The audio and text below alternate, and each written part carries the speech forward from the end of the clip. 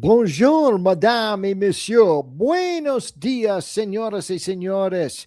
It's time for the World Cup semifinal action here on Tuesday in Dallas, Arlington. I'm Bruce Marshall. We'll be talking about this one, the mother of all semifinals, in just a moment. First of all, though, a couple of quick housekeeping reminders. Like always, don't forget, click that subscribe button on your screen there. Make sure you get all of our Wager Talk TV videos. And don't forget, we got some special offers going right now. We'll be kicking it back into gear. We got World Cup picks this week, and we're going to have Major League Baseball kicking it back up again after the All-Star break on Friday. Special deal here, 3 days of my picks, $69. We'll add another 3 days free on top of that. 6 days of my picks, $69. Pretty good deal there. Like I said, we'll be kicking back into gear with Major League Baseball later this week, and World Cup picks all the way through the final coming up on Sunday at the Meadowlands in New Jersey. Okay. Let's talk about this big one on Tuesday in Arlington, Dallas, as France and Spain, the number 1 and 2 seeded teams in the tournament, will be facing off. How about this for FIFA? They got the top 4 teams, seeded teams into the final here. So that's into the final 4. So that has worked out very well for FIFA. You can see at the crawl at the bottom of the screen there, the prices that we see here. France a slight favorite here to advance. You see a price there, pretty solid there, minus 163 to advance. Spain about a plus 130 on the 90 minutes. And that's what we'll mostly be talking about here on this little video. You can see France favored to win on the 3-way but at plus 130 there, and Spain gets a bigger price, plus 225, the same as the draw price. So shaded a little bit to France there. The total is pretty much split, 2.5. It's a minus 110 both way, over and under. You can see the spread there, the Asian line as well, and plenty of correct scores and goal scores at the bottom of the screen there as well. So what do we got here? First of all, I'm going to give you a little quick history reminder here, quick history lesson on what's been going on recently between these two sides. They have met twice within the last 2 years. Spain won both of those. Let's go back to the Euros 2 years ago in Germany, Euro 2024. That was also a semifinal matchup, and it was France and Spain. France off to an early 1-0 lead. 9th minute, Colomwani scored a goal, but Spain got back into it. Lamine Yamal leveled matters 21 minutes, and Dani Olmo scored 4 minutes later. 2-1 lead for Spain, and they saw out the rest of the match, and they win that one 2-1. Last June, then they had another rematch, and this one was in the Nations League in Germany. This was a semifinal. Spain 5-4. Now, remember in this matchup, you will hear some analysis of this out in the media there that isn't going to drill a little bit deeper in that match. It was really one-way traffic for Spain. They were up 4-0 into the second half, 5-1, 5-2 deep into closing in on 90 minutes. An own goal by Danny Vivian got France a little closer, and then one more from Colomwani again. In added time there right before the end, cut the final to 5-4. Spain kind of sat on that lead, which I think they might have learned a little bit of a lesson there, and France was able to, the possession numbers in the Nations League meetings skewed to France about 57%, but because that's basically Spain just sat back and played defense, and in the last few minutes, not all that well. But for much of that, the first hour or so of the matchup, I mean, Spain was much in control. The possession of edge was theirs. Note, Rodri did not play. That's when he was injured last year. Martin Zubamendi was running the show at midfield there. Lamine Yamal scored twice. Nico Williams scored. Mikel Merino scored. So Spain got everything going pretty well in the Nations League, and it was a little bit easier than that 5-4 final indicated. The year before, as we mentioned in the Euros, 2-1, came back from the early 1-0 deficit. Now, back to the Euros 2 years ago, this is a pretty interesting comparison. Talking about Spain, a lot of people are thinking, well, Spain doesn't look quite as good as it did in the Euros a couple of years ago, and I can see that somewhat, but I think that's overstated a little bit because there were times in the Euros a couple of years ago when Spain did have some problems. There was a more direct approach, and it was Lamine Yamal and Nico Williams bursting upon the scene. We've talked about this before, providing that width and the speed down the wings, which seemed to open up the middle of the field a lot more, much more direct approach from Spain, and give Luis de la Fuente, the coach, credit for that, as opposed to the overwhelming, the possession game that we saw for decade plus before that, whether it be Luis Enrique, Del Bosque, or whoever. coaching, but it was a different sort of a Spain. And Didier Deschamps was criticized pretty heavily 2 years ago in Germany for the Euros.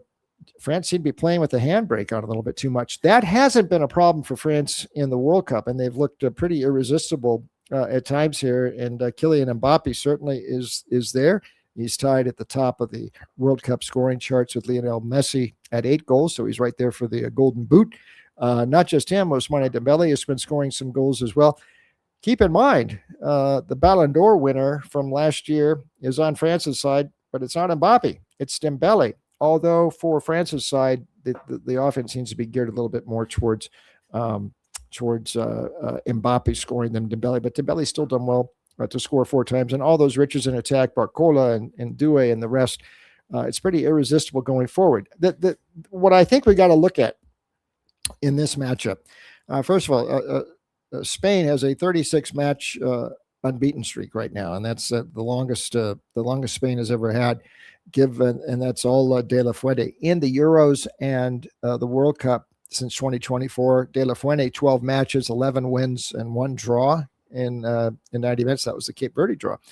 So they have excelled, and they found ways to win these matches in the knockout phase. Wasn't easy against Portugal or Belgium, but they got there. And I think we forget a couple of years ago in the Euros, we talk about all the breathtaking play and all. Well, the second group match 2 years ago in Germany, it was only 1-0 against Italy, and it was an own goal by Riccardo Calafiori for Italy. Yeah, he was under pressure, and Spain was pressuring a lot in that game, but they only scored 5 goals in the group phase last year.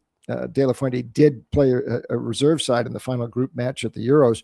But this year, the numbers aren't too much different. The style, though, does seem to be different because Yamal came into the World Cup hurting some. He only played the last few minutes of the opener against Cape Verde. He had that hamstring pull, which kept him out the last couple of months at Barcelona.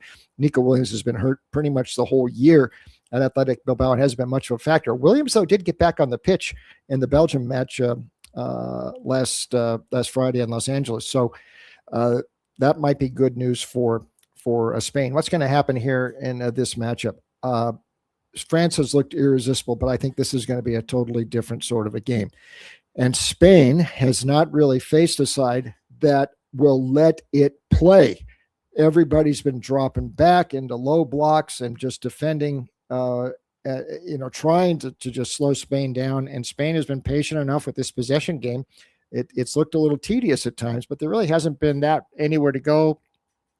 And Yamal is coming into the tournament. It looks like he's ready to do something a little more. He's only scored 1 goal. That was against the Saudis, but he is drawing attention away for the defense, away from some of his other teammates there, which might be opening up some of the field for them. And this is a game where I think he's going to be able to have some room to run because France isn't just going to fall back into a low block like everybody else.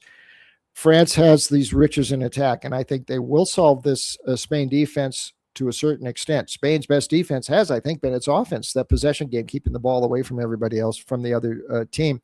And Unai Simon has generally come up pretty good. He did have a few nervous moments, though, against Belgium in the quarterfinals. But so I think France will do some business here, but they're going to leave themselves open at the back, and Spain's going to be able to use that precise passing game. Rodri is looking pretty good now. He's looking closer to 100%.